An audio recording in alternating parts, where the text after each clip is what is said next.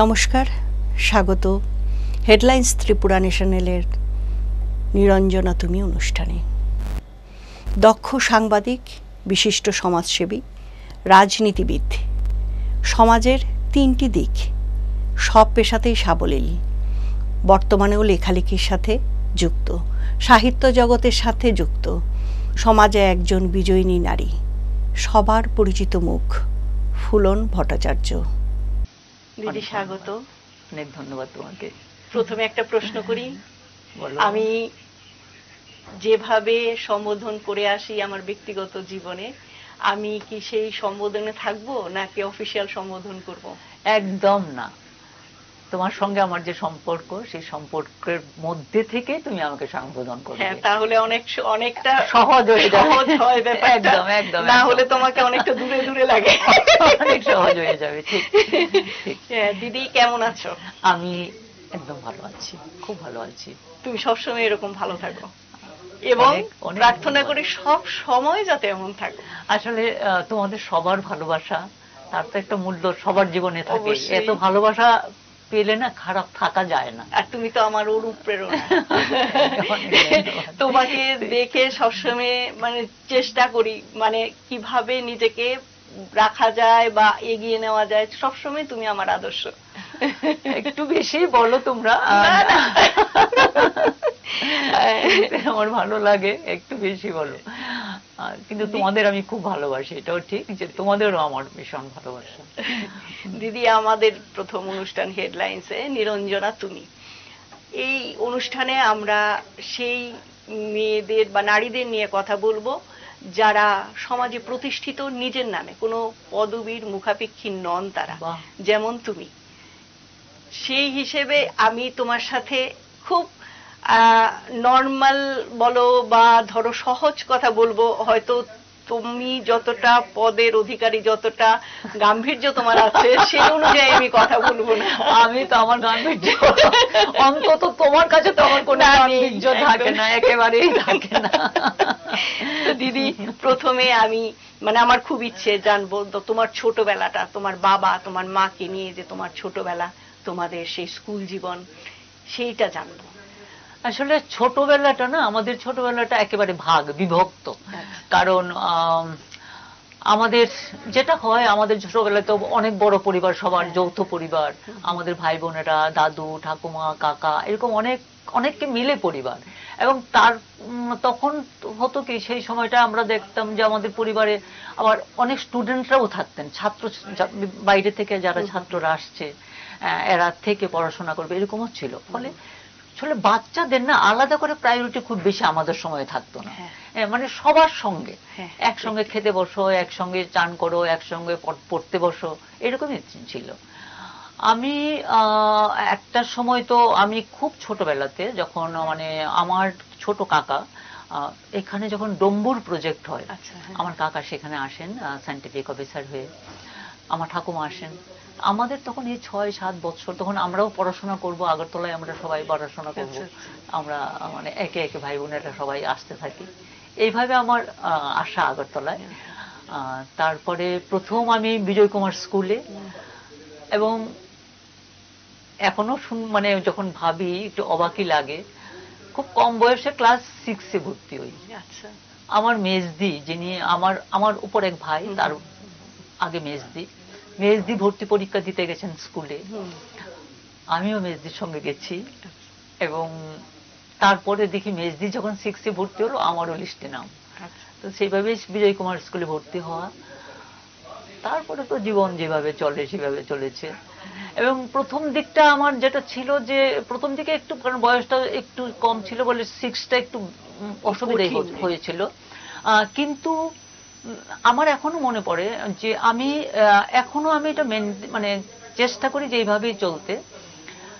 নিজেকে প্রস্তুত রাখার একটা ব্যাপার আমার মানে মধ্যে আমার কাজ করতো তখন থেকে, কারণ আমি গার্লস গাইডে ছিলাম। তো গার্লস গাইডে না আমাদের একটা ইয়ে ছিল যে তুমি মানে ঘুম থেকে উঠে, এখনো যে কথাটা প্রথম বলি, যে সবসময় প্রস্তুত থাকো।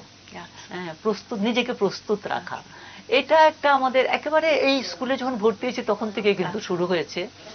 এখনো সকালবেলা উঠে এই কথাটা মনে হয় এখনো সকালবেলা উঠে মনে হয় যে মানে যা পেয়েছি তার কোনো তুলনা নাই, যা যতটা পেয়েছি। যদি মানে কার দান আমি জানি না, আমি কোন ঈশ্বর কোথায় আছেন আমি জানি না, কিন্তু যদি কেউ থাকেন তাইলে ওনারই দান হয়তো এরকম হবে ব্যাপারটা। কিন্তু অনেক পেয়েছি জীবনে। আর সবসময় প্রস্তুত থাকার একটা ব্যাপার সবসময় ছিল। ফলে মানে যে কাজটা মানে পড়াটা যেটা যখন শুরু করলাম, প্রথম দিকে কঠিন হলে পরেও একটা সময় পরে আমি দেখলাম যে আমি মানে ক্লাস 7-8 যখন আমি উঠেছি তখন আমি মোটামুটি বিজয় কুমার স্কুলের মানে লিডারশিপ ভালো স্টুডেন্ট, মানে আমার টিচারদের আমি প্রিয় ছাত্র। এবং চন্দ্রা তুমি শুনলে অবাক হবে, আমার টিচাররা কিন্তু এখনো কেউ কেউ আছেন। আমি যে টিচার আমার মীরা দিদিমণি, যার কাছে আমি মানে গার্লস গাইডে শুরু করি প্রশিক্ষণ, তিনি আমাকে তিনি কলকাতায় এখন থাকেন, একটি রামকৃষ্ণ মিশনের একটি বৃদ্ধাশ্রমে তিনি থাকেন।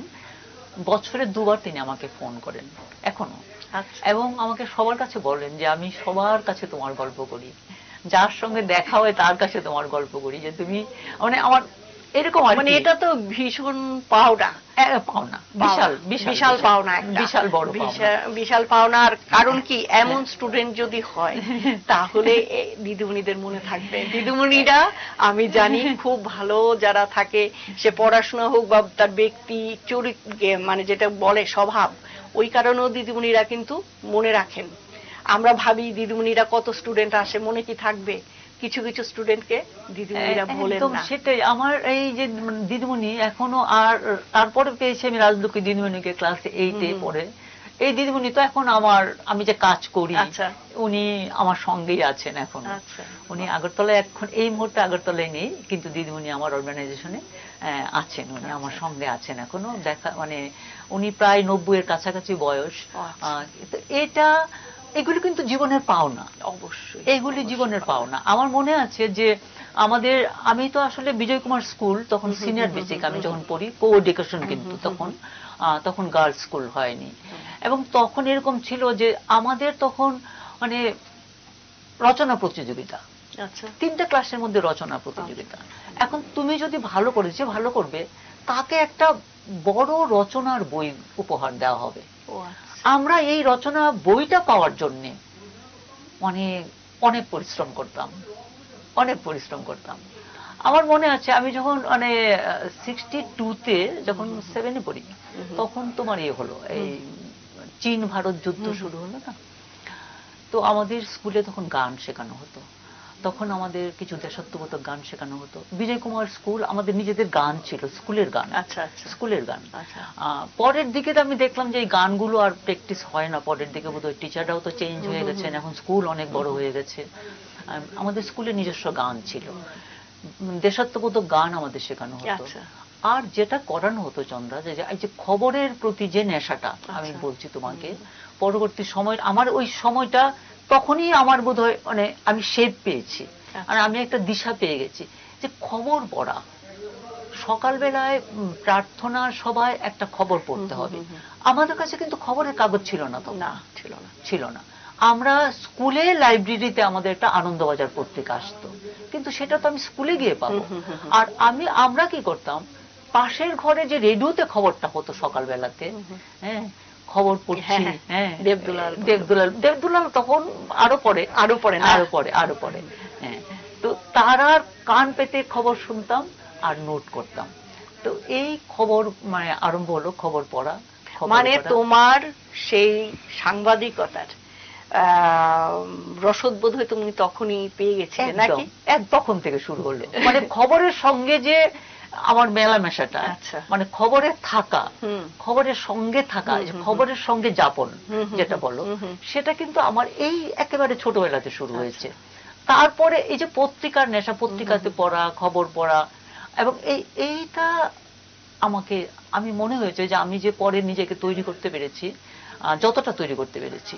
এবং গার্লস গাইড করতে গিয়েও জানো তো, আমি আমার দিদিমণি আমাকে সবসময় বলেন যে দিল্লিতে একটা প্রোগ্রাম হয়েছিল, সব স্টেজ থেকে তখন গাইডরা গেছে, এটা তালকোট্টা স্টেডিয়ামে। তো আমি তখন ক্লাস 10-এ বোধহয় 11-এ পড়ি। দিল্লিতে তো আমার আত্মীয় স্বজনরা সবাই আছেন, কিন্তু আমি যাইনি তখনও দিল্লিতে। আর তালকোটরা স্টেডিয়াম তো দেখিনি কোনোদিনও। ওখানে একটা প্রোগ্রাম, সেখানে যিনি স্টেজে আছেন তিনি একটা প্রশ্ন জিজ্ঞেস করেছিলেন। তো গার্লস গাইডের একটা যে বই ছিল আমাদের কাছে, সেটা ছিল ইংরেজি। সেটা আমি বোধহয় প্রায় মুখস্থ করে ফেলেছিলাম। শুধু ডিকশনারি সঙ্গে থাকতো, এখনো ডিকশনারি সঙ্গে থাকে, এখনো কিন্তু ডিকশনারি সঙ্গে, এখন মানে নানা রকমের ডিকশনারি আমার সঙ্গে থাকে থাকতো। এটা উত্তরটা নাকি আমার দিদিমণি বলছেন যে তুমি প্রথম হাত তুলেছো, তুমি চান্স পেয়ে তুমি এসে দৌড়ে এসে উত্তরটা দিয়েছিলে। এই উত্তরটা নাকি আমি দিয়েছিলাম। তো এটা ওই যে বলে না যে একটা মোড় ঘুরে যায় জীবনের, যে একটা মোড়টা ঘুরে, মানে পড়াশোনা যদি চেষ্টা করি আমি, আমার তখনই মনে হয়েছিল যে আমি যদি চেষ্টা করতে থাকি আমার তাইলে আমি আই ক্যান ডু সামথিং, মানে আমি আরেকটু এগোতে পারবো, আমি এগোতে পারবো। এছাড়া আর অন্য বিশেষ কিছুই ছিল না। মানে কারণ আমরা যেভাবে বড় হয়েছি, আমাদের প্রাইভেট টিউশন নেওয়া বা আলাদা করে পড়াশোনা করা, এগুলোর কোনো সুযোগ আমাদের তখন ছিল না। কারণ আমার কাকা তখন চাকরি করেন আর আমরা পড়াশোনা করি, ফলে এইগুলো আর বড় বেশি কিছু ছিল না। আর তোমাকে একটা রাজনীতির প্রশ্ন করি।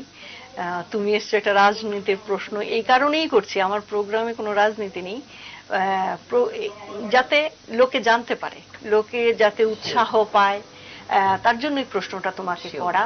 যে ধরো বামপন্থাই কেন তোমাকে আকর্ষণ করলো? আসলে চন্দ্রা, আমি যখন পড়াশোনা করি, কলেজে পড়ি, আমি যখন বা কলেজের আগেও ধরো আমাদের না তখন কিন্তু বামপন্থা হচ্ছে একটা মানে আধুনিক মতবাদ। আচ্ছা, আধুনিক মতবাদ। এবং তুমি যদি দেখো আমাদের সময়ের যারা ভালো পড়াশোনার যারা ভালো স্টুডেন্টরা যারা, তখন তো মানে আমাদের সময়ে কিন্তু কিছুদিন পরে নকশালও শুরু হলো, কিন্তু আমাদের কাছে সেটা মনে হয়েছিল যে মানে ওই পথটা বোধহয় পথ হওয়া উচিত না। কিন্তু আসলে একটা সমাজ পাল্টানোর একটা স্বপ্ন, কম বয়সে তো এটা মানে খুব স্বাভাবিক যে আমার যে আশেপাশের যে পরিস্থিতিটা সেটা আমরা পাল্টাবো, মনে হতো যে আমরা এটা বদল চাই। তো বদল চাই যদি, তাইলে কিভাবে যাব? তখন সর্বাধুনিক মানে সবচেয়ে আধুনিক পথ হচ্ছে তখন বামপন্থা। তো সেটাকে আমাদের মনে হয়েছে যে সেটাই পারে, বামপন্থাই পারে, তার মধ্যে একটা বিজ্ঞান আছে, ভিত্তি আছে। বামপন্থা পারে মানুষের যে এই সমস্যাগুলি সমাধান করতে বা এক সমাজ, নতুন একটা সমাজ ব্যবস্থা উপহার দিতে। এখন দেখো পরবর্তী সময় আমরা পারিনি, মানে ভারতবর্ষে এখনো এখন যে পরিস্থিতিতে আমরা রয়েছি, বামপন্থীরা যে পরিস্থিতিতে রয়েছেন, যদিও সারা পৃথিবীতেই দেখবে যে মানে দক্ষিণপন্থা, তারপরে আবার বামপন্থীরা আবার মানে আসছেন, এইভাবে চলছে, কিন্তু পৃথিবীতে একটা ওঠানামা চলছেই। এবং আমাদের ভারতবর্ষে সেদিক দিয়ে আমি জানি না যে ভারতবর্ষে এইরকম মানে উত্থানের কোনো সুযোগ কবে হবে বা হবে কিনা কোনোদিনও, কিন্তু তখন আমার এর চেয়ে ভালো কোনো মতবাদ আর হয়নি। তারপরে একটা তো হচ্ছে ধর্ম নিরপেক্ষতা, আর একটা হচ্ছে তোমার, এটা অবশ্য কংগ্রেসের মধ্যে ছিল, কিন্তু কংগ্রেস কিন্তু মানে কোনো সময় তো ধর্মান্ধ দল নয়। আমি ব্যক্তিগতভাবে গান্ধীজিকে নিয়ে আমার অনেক, আমি মানে পড়াশোনা আমি করি, এখনো পড়ি। গান্ধীজি আমার একেবারে সামনে থাকেন, আমার মানে রাত্রেবেলা পড়ার জন্য যে বইগুলি থাকে, বাছাই করা কিছু বই, তার মধ্যে গান্ধীজি আছেন। কস্তুরবার জীবনী অনেক পরে উনি সামনে এসছেন, লাইমলাইটে এসছেন। জানো যে তোমরা যে ওনাকে নিয়ে কিন্তু লেখালেখি খুব কম, খুব কম। মানে গান্ধীজিকে নিয়ে সারা পৃথিবী এত তোলপাড়, কিন্তু এই যে মহিলা, তাকে নিয়ে কিন্তু ঠিক ততটাই মানুষ নীরব। তো ইদানিং কালে কিছু লেখালেখি হচ্ছে, আমরা ওনার জন্মদিন জানতে পারিনি দীর্ঘদিন, এখন ইদানিং কালে এই গত ৫-৭ বছর ধরে ওনার জন্মদিন জানা যাচ্ছে, সেটা অথেন্টিক কিনা বোঝা যায় না, ফলে ওনার মৃত্যু দিবসই পালন করা হয়। তো এগুলো আমি কিন্তু সবসময় আমার মানে পড়ার মধ্যে থাকে, আমার পড়ার তালিকাতে, প্রত্যেক দিনের পড়ার তালিকাটার মধ্যে যে থাকে, পাল্টে পাল্টে এই বইটা আজকে, এই বইটা এরকম থাকে। তো গান্ধীজি কিন্তু আমার পড়ার তালিকাতে প্রচুর, সেখানে ধর্মান্ধতার কোনো কিন্তু জায়গা নেই, বরং তাহার কিছু কিছু বিষয় ছিল যে বিষয়গুলি মানুষকে আকর্ষণ করতে পারে। যেমন আমি তোমাকে বলবো যে অস্পৃশ্যতার বিরুদ্ধে তার যে লড়াই, এটা আমাদের ভারতবর্ষে তখনকার দিনে কিন্তু সেটাও একটা বিপ্লব, সেটাও একটা বিপ্লব। কিন্তু আমাদের আমাদের কম বয়সে মনে হয়েছিল যে আমাদের আরেকটু বেশি কোথাও যাওয়া উচিত। আমি তো স্বাধীন দেশে জন্মগ্রহণ করেছি, পরাধীন ভারতের লড়াই কিন্তু আমি দেখিনি। আমার জন্ম স্বাধীন ভারতে, এবং তখন স্বাধীনতার যুদ্ধের ইতিহাস আমরা পড়েছি, বা আমাদের পরিবারে, আমাদের প্রতিবেশীদের মধ্যে, পরিজনদের মধ্যে স্বাধীনতার জন্য যারা লড়াই করেছেন তাদের গল্প শুনেছি, তাদের কথা শুনেছি। কিন্তু স্বাধীনতার পরে মনে হয়েছে যে যেভাবে আমরা শুরু করেছিলাম, মানে স্বাধীনতার স্বপ্নটা যেভাবে দেখতে শুরু করেছিলাম, অন্যান্য দেশের যে ইতিহাস যদি পড়ি তার সঙ্গে সেটা মিলছে না। মানে সাধারণ মানুষকে টেনে তোলা, তার জন্য শুধু কিছু আমি একটা ইয়ে দিয়ে দিলাম, কি বলে, একটা সংরক্ষণ দিয়ে দিলাম। সংরক্ষণ কিন্তু শেষ কথা নয়, শেষ কথা নয়। যে কারণে আমাদের দেশ অনেক দিন এত দিন হয়ে গেল, আমরা কিন্তু এখনো আমরা উন্নয়নশীল দেশ, এখনো আমরা উন্নয়নশীল দেশ। গান্ধীজি, সবাই জিজ্ঞেস করতেন, বাপুজি স্বরাজ বলতে আপনি কি বোঝেন? গান্ধীজি বলতেন যে দেখো, যে একটি মেয়ে যদি তোমার অন্ধকার রাতে একা একা রাজপথে হাঁটতে পারে, তখন তুমি মনে করবে যে তুমি স্বরাজ পেয়েছো। তো আমি অন্য বই, মানে বামপন্থী হওয়া, মানে যে আদর্শে যে সমস্ত লিটারেচার আছে সেগুলো যখন পড়াশোনা করেছি, গান্ধীজির এই কথাগুলো কিন্তু সবসময় মনের মধ্যে কাজ করেছে, এখনো কাজ করে।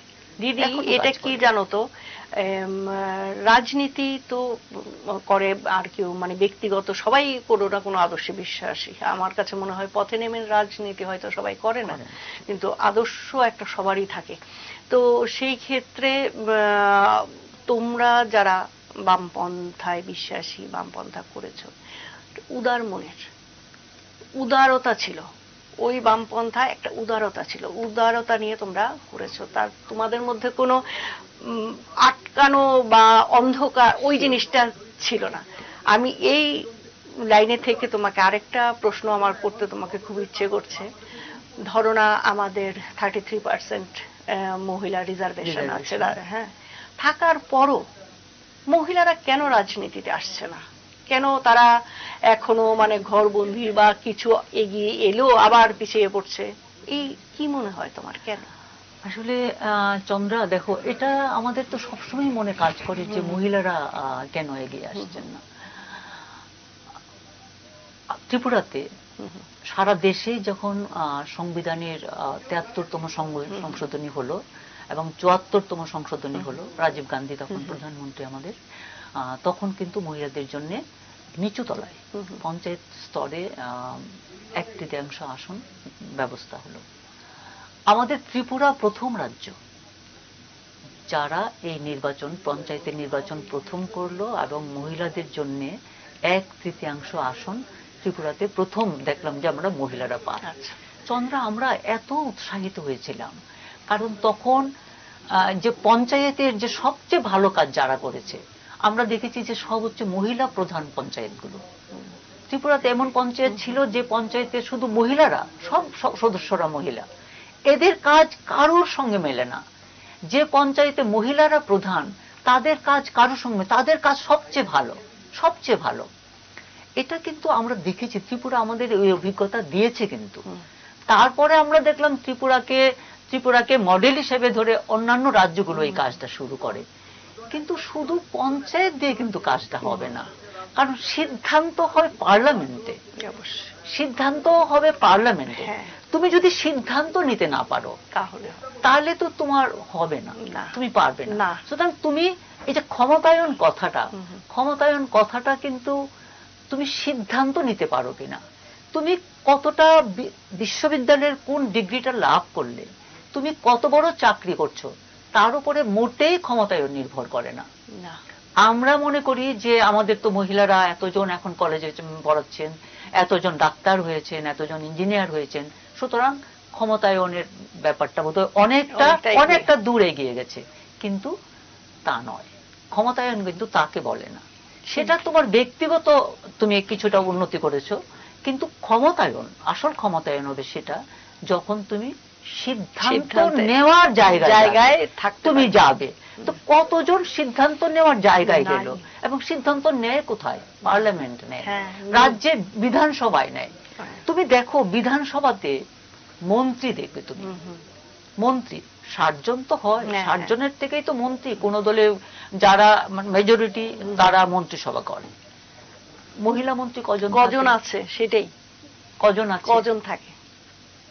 কিন্তু কি মনে হয়, মানে বামফ্রন্ট যখন অ্যাবসলিউট মেজরিটি নিয়ে আসছে, তখনও তো একজনই মন্ত্রী। একজন, মানে আর মহিলাদের জন্য কি থাকে? সমাজ কল্যাণ এবং বিজ্ঞান, এই দুটো দপ্তর থাকে। হ্যাঁ, যেন মানে এটা একটা রিজার্ভ সিট, এটাই আমরা একজন পাবে। একজন মহিলা কি কৃষি দপ্তর পেতে পারে না? একজন মহিলা কি তোমার ফিনান্স পেতে পারে না? অর্থ দপ্তর পেতে পারে না? অবশ্যই। একজন মহিলা কি স্বরাষ্ট্রমন্ত্রী হতে পারেন না? তো এটা হচ্ছে মানে এই যে ক্ষমতা ভাগাভাগিতে মহিলারা সবসময় পিছিয়ে থাকেন। ক্ষমতা, তুমি যদি সিদ্ধান্ত নেওয়ার জায়গায় না থাকো, তাহলে ভাগাভাগিতে তুমি কোনোদিনও এগোতে পারবে না, তুমি পিছিয়ে যাবে। এটা হলো ক্ষমতা ভাগের প্রশ্ন। দেখো অনেক দল মহিলাদের কিন্তু প্রার্থী করে, প্রার্থী, কিন্তু তুমি লক্ষ্য করবে যে আসনে তুমি হেরে যাবে, সেই আসন মহিলাকে তুমি দিচ্ছ। হ্যাঁ ঠিক। এখানে কেউ দাঁড়াতে চায় না, নেতারা কেউ দাঁড়াতে চায় না, আমি হারবো এখানে, না না না, এটা আমার হইতো না। তাইলে এটা কে? একজন মহিলাকে দাও। এটাও কিন্তু একটা কাজ করে, এই দৃষ্টিভঙ্গিও আছে। এখন মহিলাদের এত কিছুর বিরুদ্ধে লড়াই, আবার মহিলারা তো আবার রাজনীতিতেও ভাগাভাগি। সেই বিজেপির মহিলা, কংগ্রেসের মহিলা, কমিউনিস্টদের মহিলা, আরএসপির মহিলা, সেইভাবে আবার আরেকটা ভাগ হয়েছে। তারপরে হয়েছে তোমার আবার সংখ্যালঘু মহিলার অনেক ভাগ হয়েছে। মহিলারাও কিন্তু মানে তুমি যে দেখো, এই যে পার্লামেন্টে 1/3 আসন, এখন তুমি বলতে পারো যে 1/3 আসনের তো বিল পাস হয়ে গেছে। এটা কবে থেকে শুরু হবে? কবে থেকে শুরু হবে? আর শুধু 1/3 আসনের বিল পাস হলেও কিন্তু হবে না, কিচ্ছু হবে না। তারপরে এই 1/3কে তোমার ভাগ করতে হবে।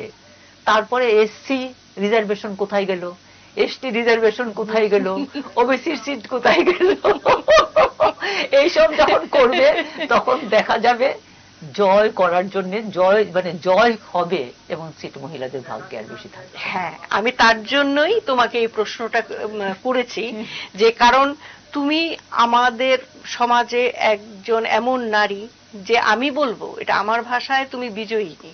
তা তুমি বুঝতে পারবে সব রাজনীতি দল মত নির্বিশেষে উপরে গিয়ে সব দলের কথা তুমি বললে, মানে ওই যে দৃষ্টিভঙ্গিটা রিয়েলি, ধরো একটা মহিলারা কেন এগিয়ে আসছে না, কেন ওরা, আর যদি ওরা রাজনীতিতে আসতে না পারে তাহলে কিভাবে নারীর ক্ষমতায়ন সম্ভব হবে, সেটাই তো বোঝা যাচ্ছে না। এখন কোন দল তো আমি দেখছি যে মানে চেষ্টা করছে, কিন্তু তুমি দেখো এই যে কংগ্রেস ত্রিপুরাতে, আমি তো মানে আমার কাছে যদি মানে তুমি নাম চাও, আমি কিন্তু আমার পাড়াতেই মানে কংগ্রেস সমর্থক কোন নারীর নাম দিতে পারবো, কিন্তু আমি কম দিকে এদেরকে কেউ দেখে না। তো এইরকমই সব দলের মধ্যে না এই সমস্যাটা রয়ে গেছে। হ্যাঁ, রয়ে গেছে। তারপরে হচ্ছে তোমার মানে বাছাই করে আনা। আর আজকাল আরেকটা হয়েছে চন্দ্রা, বলি, মেয়েদের সংসার, সন্তান, বাড়ি ঘর, এগুলো সব সামাল দিয়ে রাজনীতিটা তো 10টা 5টা চাকরি করলে হবে না। না, 10টা 5টা চাকরি না, সেটা যে আমি 10টায় গেলাম কোনো মতে একটা কিছু নামিয়ে টামিয়ে চলে গেলাম, 10টার সময় 5টার মধ্যে এসে বাড়িতে, বা 4টা 1 ঘন্টা অফিস ফাঁকি দিয়ে চলে এলাম, এসে আমি আবার বাচ্চাকে বা দুপুরবেলা বাড়িতে বাচ্চা মানে ইয়েতে এলাম, 3 ঘন্টা কাটিয়ে চলে গেলাম। রাজনীতির ক্ষেত্রে কিন্তু সেটা হবে না, কোনো সময়সীমা নেই, কোনো সময়সীমা নেই। ফলে মহিলাদের, যদি কেউ রাজনীতি করতে চান, মানে আগ্রহী থাকেন, তাকে নিজেকে প্রস্তুত করতে হবে, নিজেদের মনের মধ্যে প্রস্তুতি রাখতে হবে, এবং পরিবারের সাপোর্ট না পেলে পরে, এখনো কিন্তু মহিলারা এই জায়গায় ত্রিপুরাতে আসেনি। বা কোনো রাজ্যেই ভারতবর্ষে মহিলারা এই জায়গায় নেই যে পরিবারের সাপোর্ট না থাকলে পরে তিনি ফুল টাইম কোনো কাজ তিনি করতে পারবেন। এর মধ্যে ব্যতিক্রম আছে, ব্যতিক্রমের মধ্যে ব্যতিক্রম কিন্তু সবসময় আছে, কিন্তু ব্যতিক্রম তো ব্যতিক্রম, ব্যতিক্রম দিয়ে তো সমাজ চলবে না, ব্যতিক্রম হচ্ছে ব্যতিক্রম, এটা চলবে না। ফলে পারিবারিক যে সাপোর্ট সেটারও একটা বড় ভূমিকা থাকছে এই ক্ষেত্রে। সেটা আমি বিশ্বাস করি যে সেই ক্ষেত্রে মহিলাদেরও কিন্তু অন্য মানে চিন্তার জগতে আরেকটু পরিবর্তন আনার দরকার মহিলাদের আছে। আমি যদি প্রস্তুত না হই, আমি যদি এই কথাটা তুমি খুব ঠিক বলেছো, ওই যে গার্লস গাইডে যেটা বলেছে প্রস্তুত থাকো, আমি প্রস্তুত, তো আমাকে কেন লোকেরা ডাকবে? আমি যদি রান্নাঘর থেকে না বেরোনোর মতন আমি সময় বার করতে পারি, তাহলে আমি কেন আমি কেন সারাটা সময় নষ্ট, আমি যদি নিজেকে না গুছাতে পারি, গুছিয়ে না তুলতে পারি, তাহলে আমাকে তো কেউ ডাকবে না। না, তুমি যখন মানে এই কথাটা বলছো, আমি তোমাকে তোমার জীবনের একটা কথা জিজ্ঞাসা করি। যেমন ধরো আমাদের পুরসভার মানে আমাদের রাজ্যের বিশিষ্ট ব্যক্তিত্ব, পুরসভার প্রাক্তন চেয়ারপারসন, স্বনামধন্য আইনজীবী শঙ্কর দাস স্যারের সাথে তোমার দেখা, কিভাবে পরিচয়, কিভাবে সেই পরিচয় থেকে এতটা আপন সম্পর্ক গড়ে ওঠা, সেই গল্পটা। আসলে শঙ্করবাবুর সঙ্গে আমার পরিচয়ের তারিখ তো বলতে পারবোই না, কিন্তু আমাদের মানে লড়াইয়ের মাঠেই দেখা। আচ্ছা, মানে আমরা তখন আন্দোলন করি। আর সেই সময়টা কি ছিল চন্দ্রা, আমি যখন কলেজে পড়ি, আমরা যে ছাত্র আন্দোলন শুরু করলাম, আমাদের দাবি কি থাকতো জানো তো? উইমেন্স কলেজে একটা কমন রুম চাই, ছাত্রীদের জন্য স্টাইপেন্ড চাই, আমাদের ক্লাসরুম চাই, স্কুলে পরীক্ষার সময়ে কেরোসিন তেলের কোটা বাড়াতে হবে রেশনে। এই সব দাবি কিন্তু আমাদের, আমরা যে প্রথম আন্দোলন ছাত্র আন্দোলন আমাদের শুরু হয়েছে এইসব দাবি নিয়ে, স্টাইপেন্ডের দাবি করতাম। মেয়েদের জন্য ওই বললাম না যে মানে একটু বেশি সিট চাইতাম আমরা। ক্লাসরুম কম, ক্লাস করার জায়গা পাই না আমরা, আমাদের ক্লাসরুম দাও, কমন রুম দাও, এরকম খেলার সুযোগ দাও, এগুলো নিয়ে কিন্তু আমাদের আন্দোলন ছিল। এবং এগুলো তোমার একটা কলেজে না, দেখা গেল যে প্রায় সবকটা কলেজ, তখন তো 5টা কলেজ, আগরতলাতে তখন বেশি কলেজ নেই, আর ছিল পলিটেকনিক কলেজ, ইঞ্জিনিয়ারিং কলেজ তখন হয়ে গেছে। আচ্ছা, এবং এইগুলো মোটামুটি কমন থাকতো, সব কলেজের জন্য কমন দাবি, আমরা এই কমন দাবিগুলো নিয়ে আন্দোলন করতাম। তারপর স্যারের সাথে দেখা, এবং তখনই এই আন্দোলনের ময়দানে দেখা। এবং আমাদের তখন কি ছিল জানো তো, আমাদের গানের টিম ছিল তখন, মানে এই মিছিল, ছাত্রদের মিছিল, যুবকদের মিছিল, সেখানে হয়তো আমরা গান গাইলাম, 50 জন মিলে গানই গাইতে শুরু করলো।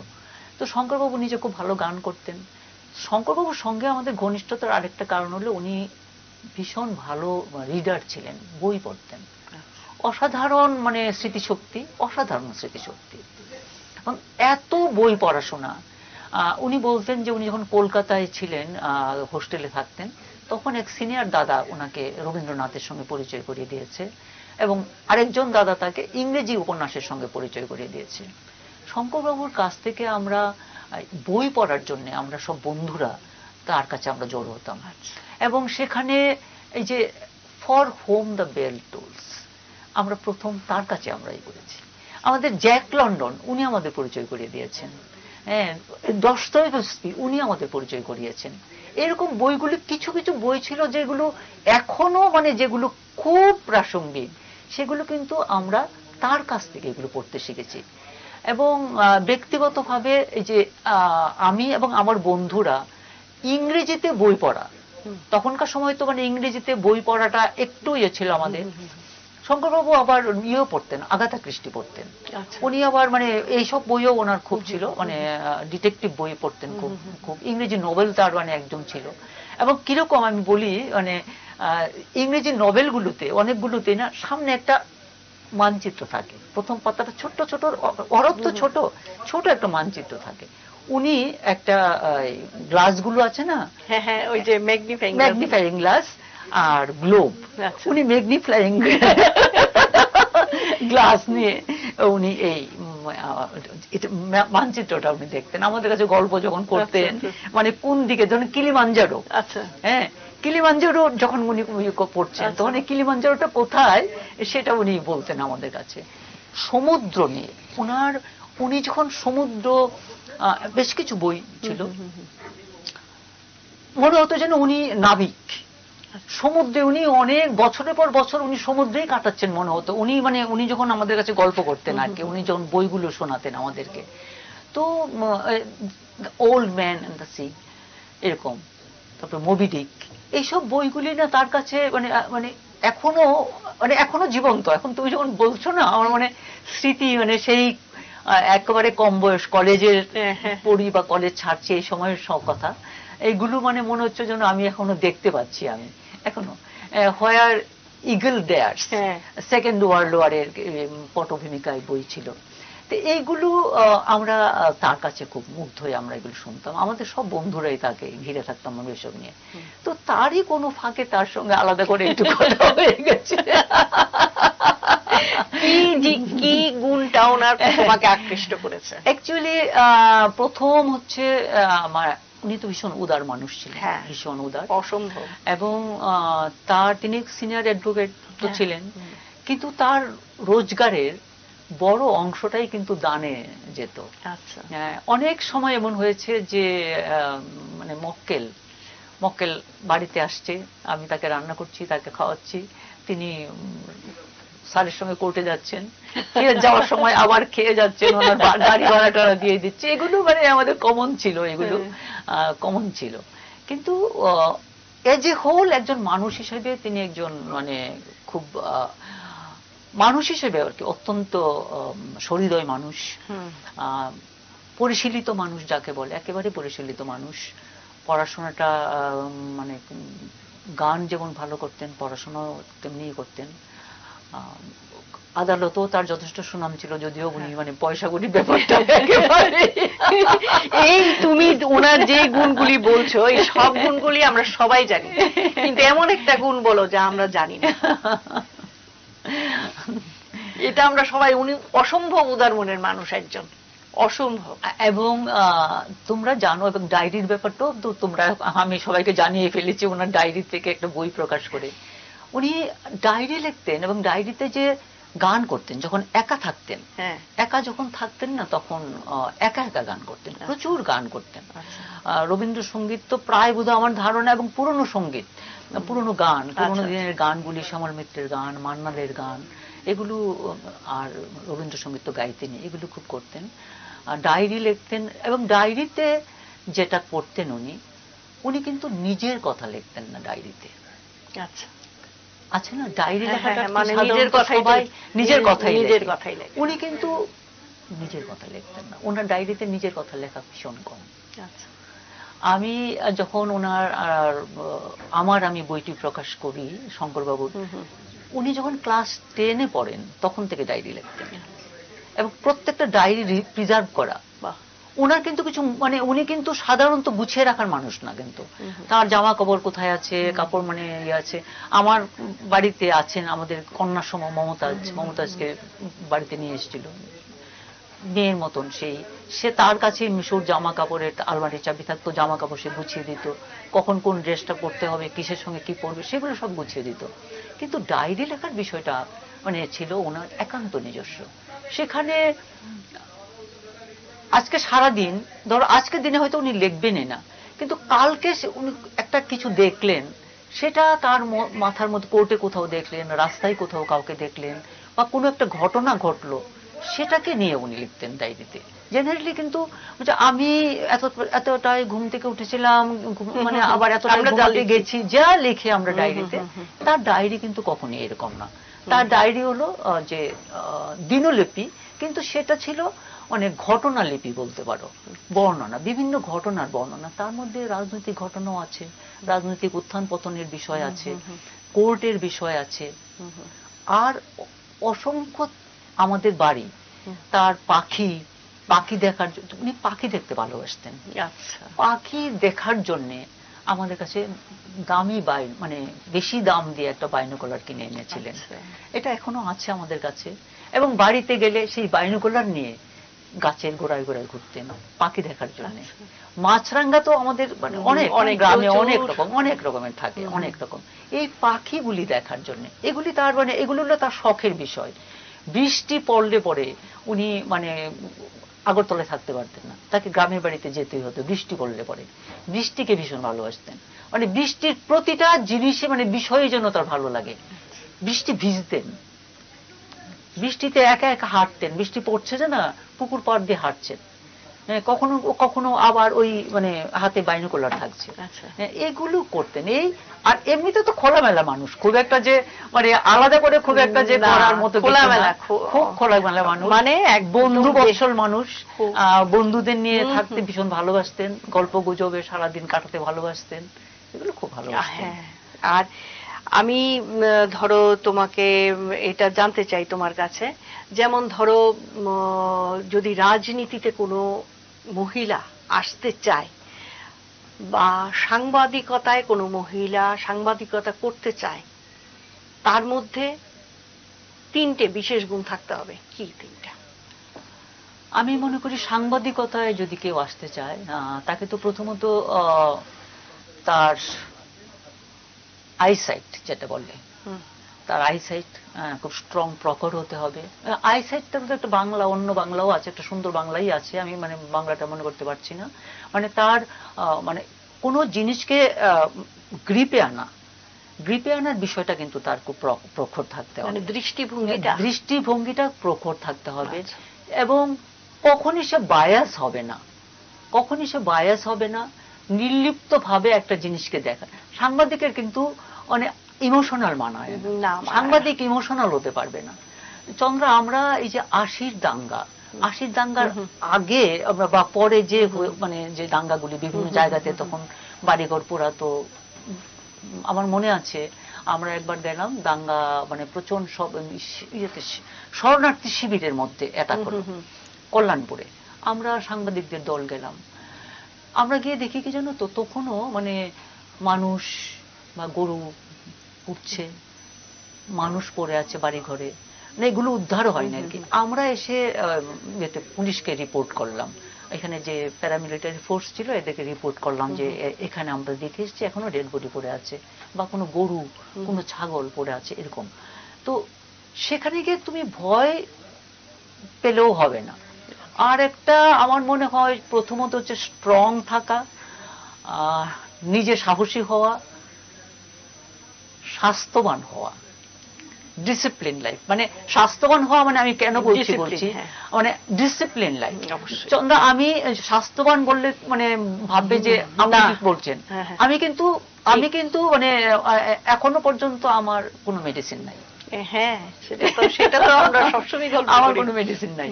তো সুতরাং এই যে ডিসিপ্লিন থাকাটা একটা বিশাল বড় ব্যাপার। কারণ সাংবাদিকদের কাজে কিন্তু ডিসিপ্লিন থাকা যায় না। আমি তো রাত্রেবেলা কাজ করতাম, আমি ত্রিপুরা দর্পণ যখন আমি নিউজ এডিটরের কাজ করি তখন আমি রাতে কাজ করি।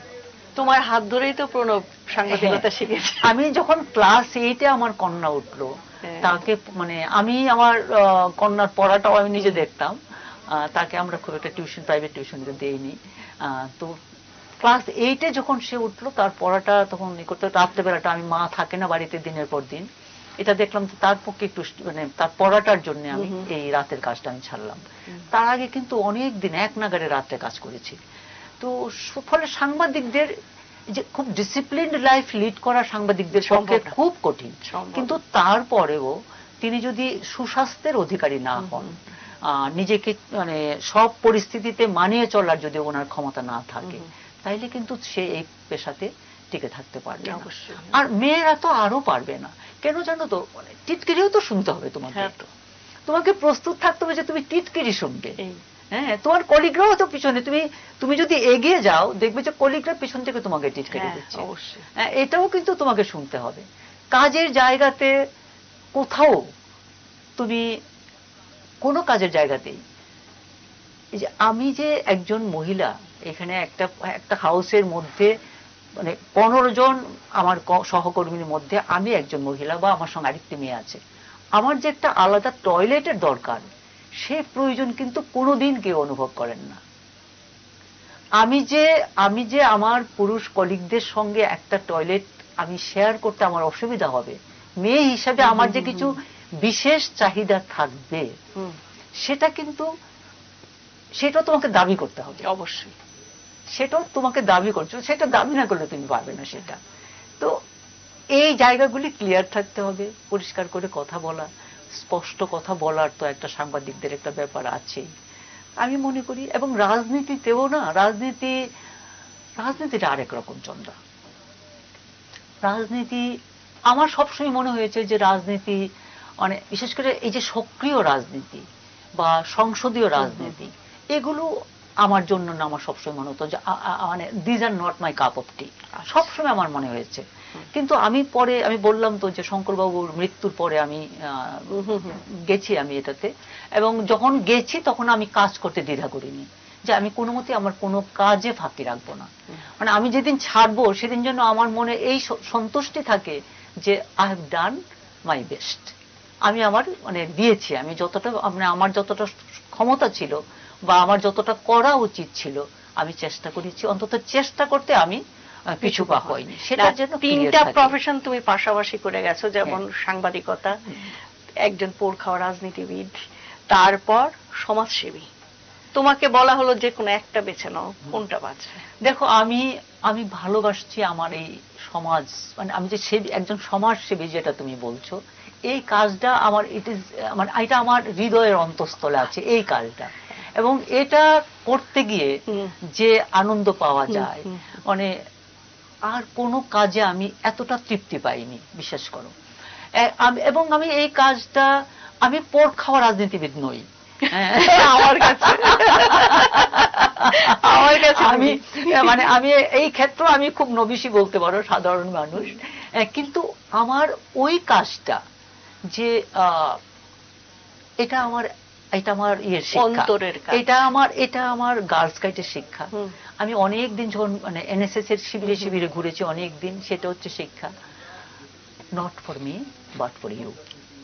আমার জন্য নয়, আমি অন্যদের জন্য একটু করি, যে একটু অন্যদের জন্য করি, শুধু আমার একার কথা না, আমি একটু অন্যের কথা একটু ভাবার চেষ্টা করি। এটা নতুন ফুলন ভট্টাচার্যকে আমি জানলাম যে সাংবাদিকতা, আমি এতদিন ভাবতাম হয়তো সাংবাদিকতা, তা জানলাম যে সমাজ সেবী হিসেবেই নিজেকে বেশি মনে হয় স্বচ্ছন্দ। এবং এই কাজটা করতে আমার ভালো লাগছে। যদিও চন্দ্রা আমি একটা কথা বলি, বই পড়াটা আমার তো একটা নেশা, এবং সেটা রিলেটেড কিছু লেখালেখি, ছোটখাটো লেখালেখি আমি করি, এগুলো করতে আমার ভালো লাগে, আমি ভালোবাসি এগুলো করতে।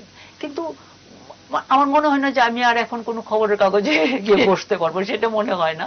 কিন্তু লেখালেখিটা আমার এখনো মানে প্রিয়, মানে ফেভারিট কাজের তালিকাতে আছে। কিন্তু আমার ভালো লাগে যে আমি সারাদিন থাকি। হ্যাঁ দিদি, এরকম তো আছে যে আমরা অনেক কাজ করি কিন্তু এর মধ্যে একটা ভালো লাগার কাজ থাকে। আমার এই কাজটা ভালো লাগার কাজ, যে কারণে আমি আমার দিনের একটা বড় সময় এখন এই কাজে দিই। আমি মানে বেলা 12টা থেকে 7টা, 7:30 পর্যন্ত আমি যে মানে একটা হোম আছে, এই হোমেই থাকি। এটা খুব ভালো লেগেছে এই যে তোমার যে এই সমাজ সেবা, এটা তো আমি ধরো শুনেছি, তোমার হোমে গিয়েছি, মানে এত সুন্দর, এত ভালো লেগেছে, মানে মনে হয় একটা খুব শান্তির একটা জায়গা, খুব আশ্রয়, মানে নিশ্চিন্তে যেখানে থাকা যায়, এমনই লেগেছে আমার কাছে, খুব ভালো লেগেছে। আমরা দিদি অনুষ্ঠানের প্রায় শেষ দিকে চলে এসেছি, তা আমি অনুষ্ঠান শেষ করব, তার আগে তোমাকে ছোট ছোট কয়েকটা প্রশ্ন করি, ধরো এক কথাই উত্তর হবে। তোমার ভালো লাগা রবীন্দ্রনাথ না নজরুল? আমি সবসময় রবীন্দ্রনাথ। ঠিক। তাহলে রাজনীতি না জার্নালিস্ট আমি আর বলছি না, কারণ তুমি বলেই দিয়েছো আমার কাছে আমার মানে সামাজিক কাজ করতে আমার ভালো লাগে। তাহলে কি জীবনে কি হতে চেয়েছিলে? আমি না ছোটবেলাতে পোস্টমাস্টার হতে চেয়েছিলাম।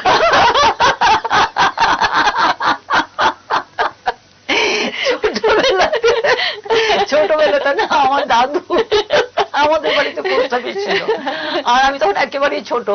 তো আমি দেখতাম আমার দাদু এই পোস্ট অফিসে কাজ করছেন, উনি টিচার ছিলেন, চাকরি ছেড়ে পরে মানে বাড়িতেই যেহেতু পোস্ট অফিস উনি সেখানে ঢুকলেন। আর আমার না তখন এই পোস্ট অফিসে অনেক লোকজন আসতো, কেউ জিজ্ঞেস করলে বলতাম যে আমি পোস্টমাস্টার হব। খুব সুন্দর একটা কথা। তাহলে আর স্যারের একটি প্রিয় কবিতা? স্যারের প্রিয় কবিতা শামসুর রহমানের কবিতা, কিন্তু আমি এখন সবটা বলতেও পারবো না তোমাকে। কবিতা এমন, শামসুর রহমানের কবিতা এমন, স্যার এটা খুব বলতে, কিন্তু আমি এখন মুখস্থ বলতে পারবো না। না ঠিক আছে, কিন্তু তোমার যে মানে এটাই আমারও জানার ইচ্ছে ছিল, স্যারের প্রিয় কবিতা কি? মানে স্যার তো এতটা মানে বিস্তৃত আর কি, এত বিস্তৃত, তার মধ্যেও যদি তিনি শামসুর রহমানকে খুব পড়তেন। আচ্ছা, শামসুর রহমান। আচ্ছা, আমি মানে তুমি বলাতে এখন মনে হলো আমি এই কদিন আমি আমার বইয়ের তাকের মধ্যে খুঁজছিলাম শামসুর রহমানকে কোথায় গেছে, দেখতে হবে।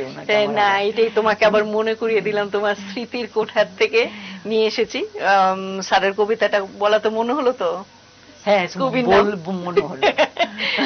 আর এইভাবে ধরো আরেকটা প্রশ্ন তোমাকে করি, দুটো লাইন আমি তোমাকে বলি। হ্যাঁ হ্যাঁ বলো। কবিতা তো এমন কৈশোরের স্মৃতি, কবিতা মায়ের মুখ আমার, কিছু একটা সকালের কবিতা মায়ের মুখ। খুব সুন্দর।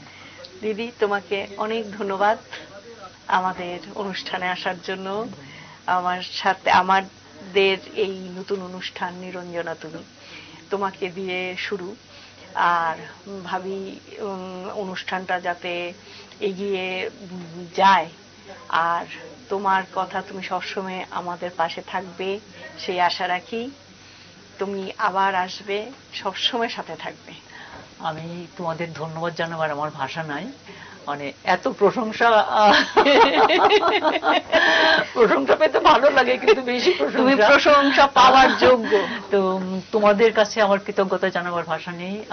আমি এত সুন্দর একটি অনুষ্ঠানে আমি আসার সুযোগ পেলাম, আমি এই জন্যে আমি হেডলাইন্স ত্রিপুরা ফ্যামিলি সকলকে আমি ধন্যবাদ জানাই। আর চন্দ্রা, তুমি তো আমার নিজের বোন, সুতরাং আমার বোন এবং আমার কন্যা সমান, দুটো কিন্তু তোমাকে আমি একসঙ্গে বলি, সুতরাং বলারই কথা না। তোমরা সবাই ভালো থাকবে, আমি সবার জন্য আমার শুভকামনা রইল। নমস্কার। নমস্কার। নমস্কার।